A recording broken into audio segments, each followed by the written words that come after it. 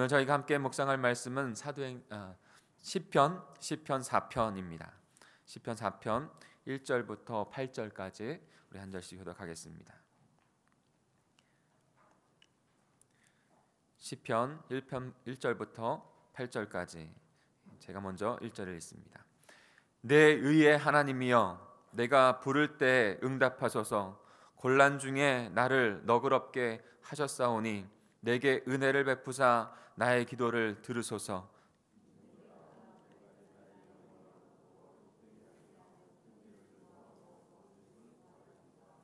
여호와께서 자기를 위하여 경건한 자를 택하신 줄 너희가 알지어다. 내가 그를 부를 때 여호와께서 들으시리로다.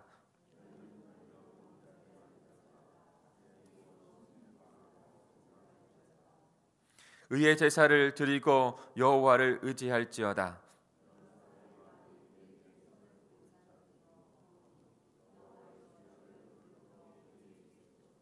주께서 내 마음에 두신 기쁨은 그들의 곡식과 새 포도주가 풍성할 때보다 더하니이다. 내가 평안히 눕고 자기도 하리니 나를 안전히 살게 하시는 이는 오직 여호와시니이다. 아멘. 오늘도 다윗의 시입니다. 다윗의 이 4편도 어저께와 같은 상황에서 그렇게 하나님께 드린 시라고 학자들은 보고 있습니다. 함께 묵상하면서 우리의 삶을 또 주님 앞에 드렸으면 합니다. 같이 묵상하겠습니다.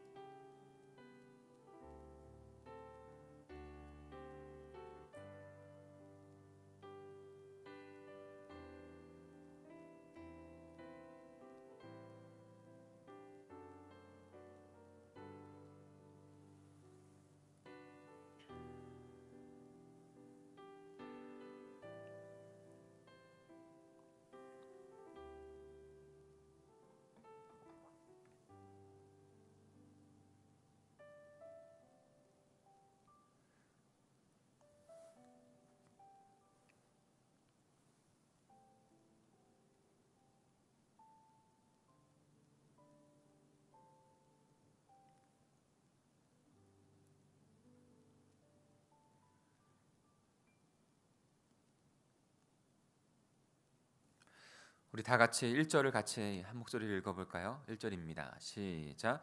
내 의의 하나님이여, 내가 부를 때 응답하소서. 곤란 중에 나를 너그럽게 하셨사오니 내게 은혜를 베푸사 나의 기도를 들으소서. 단식의 때에 우리에게 가장 필요한 신앙 중에 하나는 바로 인내하는 것입니다.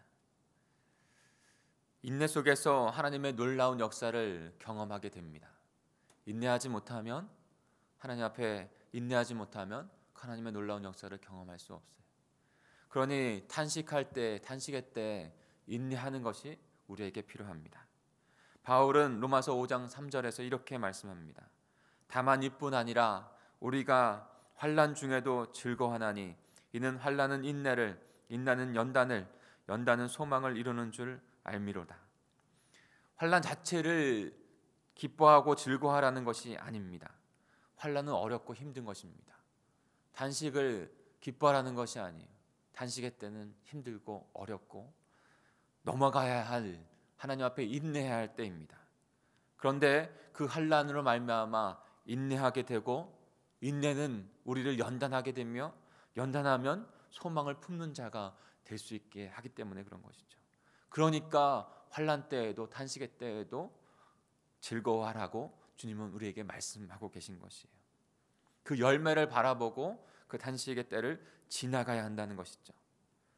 탄식의 때가 없기를 기도도 해야 하지만 더 중요한 것은 그 탄식의 때에도 믿음으로 인생에게 닥쳐오는 고난과 탄식을 인내 힘으로 버티는 힘을 주옵소서라고 기도하는 것이, 버틸 수 있는 힘, 인내할 수 있는 힘, 이것이 참으로 중요합니다.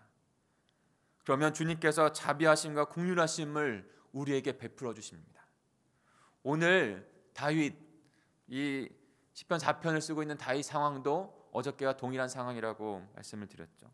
그 동일한 상황 가운데 다윗이 하나님 앞에 드려야 할 수 있는 것은 인내였어요. 하나님께서 역사해 주십시오. 제가 어떻게 할 수가 없습니다. 제가 나서서 어떻게 하는 것은 더 큰 아픔을 낳을 수밖에 없는 일인 것을 그가 분명히 알고 있습니다. 그런데 더욱 중요한 것은 인내할 수 있는, 어떻게 인내하는가예요. 어떻게 인내하는가. 다윗이 시편의 이 4편의 말씀을 하나님 앞에 고백하면서 우리에게 들려주면서 어떻게 인내하면서 그 탄식의 때를 지나갈 수 있는가, 그의 신앙을 통해서, 신앙 고백을 통해서 우리는 깨닫게 됩니다. 오늘 시편 4편도 탄식의 시라고 말씀을 드렸죠. 근데 다른 탄식의 시와 동일하게 성호 하나님의 이름을 부릅니다. 여호와여, 하나님이여. 그리고 그 대적하는 자들에 대한 그런 탄식의 그 내용들을 토로하죠, 하나님께. 그리고 나서 하나님께서 그 탄식의 음성을 들어주시고 회복하신 것을 찬양하고 경배합니다. 이런 구조로 쭉 나갑니다. 근데 오늘 탄식의 그 성호를 부를 때 조금 다르게 부르는 것을 우리는 깨달을 수 있어요. 의의 하나님이여 라고 부르고 있습니다. 1절에 보면 의의 하나님이여. 우리가 인내할 때 가장 중요한 것 중에 하나는 바로 내가 나의 어떤 훈련과 나의 신념을 가지고 인내한다는 뜻이 아닙니다. 의로우신 하나님, 공의로우신 하나님을 바라보고 인내한다는 거예요. 나의 의지가 아니에요. 하나님이 어떤 분인지를 깨닫고 믿음으로 나아가는 것이 무엇보다 중요한 것입니다. 근데 오늘 다윗은요, 그런 상황 속에서 하나님, 의의 하나님, 정의로운 하나님이라고 하나님을 부르고 있는 것입니다. 민수기 23장 19절에 보면 하나님은 사람이 아니시니 거짓말하지 않으시고 인생이 아니시니 후회가 없으시도다. 어찌 그 말씀하시는 바를 행하지 아니하시며 하신 말씀을 실행하지 아니하시랴. 정의롭고 공의로운 하나님께서. 아모스서 5장 24절에 또 이같이 말씀합니다. 그 하나님이 어떤 분인지를 분명히 우리에게 깨닫게 해줘요. 오직 정의를 물같이, 공의를 마르지 않는 강같이 흐르게 할지어다. 우리가 부르고 있는, 다윗이 부르고 있는 그 하나님은요, 정의롭고 공의로운 하나님입니다. 변하지 아니하는 정의롭고 공의로운 그 하나님, 그분께서 믿는 자들 안에서 그분의 정의와 공의를 실행하여 절망의 시간에도 승리하는 하나님의 백성들로 인내하게 하시고 인도하실 것입니다. 우리가 부른 하나님, 지금 다윗이 부르고 있는 하나님, 우리가 부르는 하나님이 바로 그와 같은 하나님이에요. 공의로운 하나님, 정의로운 하나님이시기에 우리의 삶이 주님 앞에서 다시 회복될 수 있다. 이 믿음을 주님 앞에 드리는 것이죠. 내가 그냥 버티는 것이 아니라 의로운 하나님 앞에 나아가는 것입니다. 우리 2절을 같이 한번 읽어볼까요? 2절입니다. 시작. 인생들아 어느 때까지 나의 영광을 바꾸어 욕되게 하며 헛된 일을 좋아하고 거짓을 구하려는가. 2절에 인생들아 라고 표현하고 있는 것은 시편 기자를 대적하고 있는 자들을 의미합니다. 대적자들, 너희 높이는 자들, 자기 스스로를 높이셔서 부한 것, 권력 있는 것, 그것을 가지고 또 다른 사람들을 멸시하는 자들, 그들을 의미하는 것이에요. 그들이 시편 기자를 조롱하고 그렇게 탄식하게 만드는 것이죠. 그때 시편 기자는 내 의의 하나님, 의로운 하나님, 공의로운 하나님, 정의로운 하나님이여 라고 부르며 그분 앞에 나가는 것이죠. 그래서 자신에게 닥쳐오는 이 억압과 탄식의 순간에 하나님께서 그들을 반드시 심판하시고 그들을 반드시 그들 앞에 정의를 세우셔서 나를 다시 회복하실 것을 도와주실 것을 믿고 간구하고 있는 거예요. 사랑하는 성도 여러분, 이것이 중요한 것입니다. 우리의 힘이 아니라 우리의 변덕 있는 성품이 아니라 변함없으신 그 공의롭고 정의로우신 하나님께서 하나님의 백성들 저와 여러분을 그렇게 변함없이 인도하셔서 구원의 하나님 안에 보호하시고 이끌어가 주실 것입니다. 무엇을 의지하시겠습니까? 공의로운 그 주님의 성호를 부르시고 그분 앞에 나아가는 저와 여러분 하나님의 백성들이 되기를 간절히 소망합니다. 우리 또 어떻게 인내해야 합니까? 3절을 같이 읽겠습니다. 3절입니다. 시작. 여호와께서 자기를 위하여 경건한 자를 택하신 줄 너희가 알지어다. 내가 그를 부를 때 여호와께서 들으시리로다. 아멘. 또한 의로운 하나님께 경건의 삶을 드림으로써 우리는 온전히 인내할 수 있습니다. 그 탄식의 시간을 지나가는 인내를 주님께 드릴 수 있어요. 하나님은 경건한 자를 택하시고 경건한 삶을 이루어가는 자의 말을 들으시는 분이세요. 거룩하신 하나님께서 죄인의 기도를 들으실 수는 없으십니다. 하나님께서 택한 사람들은 능력이 뛰어난 사람도 아니고 외모의 조건을 갖춘 사람도 아니고 오직 경건한 자, 신실하게 주님 앞에 서는 자들입니다. 다윗이 어떻게 하나님 앞에 택함을 받았습니까? 그의 형제들보다 크고 그 형제들보다 잘나서요? 아니요. 부족하고 외모도 부족한 자였지만 하나님이 그의 중심을 보시고 그를 택한 것이죠. 4절입니다. 너희는 떨며 범죄하지 말지어다. 자리에 누워 심중에 말하고 잠잠할지어다. 4절에 너희는 떨며 범죄하지 말지어다라고 말하고 있습니다. 오직 경건한 자를 주님께서 택하시고 인도하시고 그 경건한 자는 범죄하지 아니하는 자라는 거예요. 화가 너희는 떨며 범죄하지 말지어다라고 하는 것을 조금 더 구체적으로 말하면 화가 나는 상황에서도 화를 이기지 못하고 말로나 행동으로나 범죄하지 말라는 거예요. 분노를 발현하는 대신에 잠잠히 하나님을 구하라는 것입니다. 하나님만 바라는 것입니다. 단식의 순간에도 온전한 하나님의 백성으로 인내함으로 경건함으로 범죄하지 아니하며 잠잠하게 하나님의 은혜를 구하시길 바랍니다. 그 정의로운 의로운 하나님께서 그 모든 일을 주님의 뜻 안에서 이루어 가십니다. 우리를 회복시키십니다. 단식의 기도가 감사의 기도로 변화시키게 하실 줄 믿습니다. 5절도 같이 읽어볼까요? 5절입니다. 시작. 의의 제사를 드리고 여호와를 의지할지어다. 아멘. 또한도 의로운 하나님께 의의 제사, 공의의 하나님께 의로운 하나님께 의의 제사를 드리는 자가, 그러면서 여호와를 의지하는 자가 인내하며 그때를 지나갈 수 있습니다.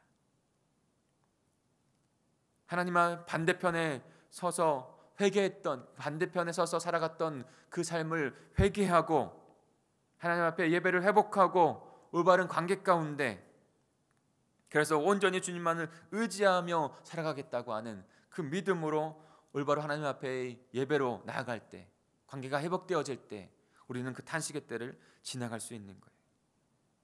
탄식의 때를 가장 지나가게 하는 가장 강력한 힘은 인내로서 하나님 앞에 예배 자리로 나오는 것입니다. 예배 안에서 하나님의 회복이 있고 하나님의 은혜가 있어요. 그 은혜 안에 우리가 회복되어지고 다시 그 탄식의 때를 하루하루 인내하며 지나갈 수 있는 것이에요. 온전한 예배를 주님께 드리는 것은 강력한 하나님의 하나님을 의지한다고 하는 그 고백 가운데 있는 것입니다. 온전한 예배로 주님 앞에 드려질 때, 의로운 예배로 주님 앞에, 올바른 관계로 주님 앞에 드려질 때 하나님께서 우리에게 그 탄식의 때를 지나가게 하시는 인내로 우리를 지키시고 인도하고 보호하실 줄 믿습니다. 우리 또한 6절을 같이 읽어볼까요? 6절입니다. 시작. 여러 사람들이 우리에게 선을 보일 자 누구뇨 하오니 여호와여 주의 얼굴을 들어 우리에게 비추소서. 아멘.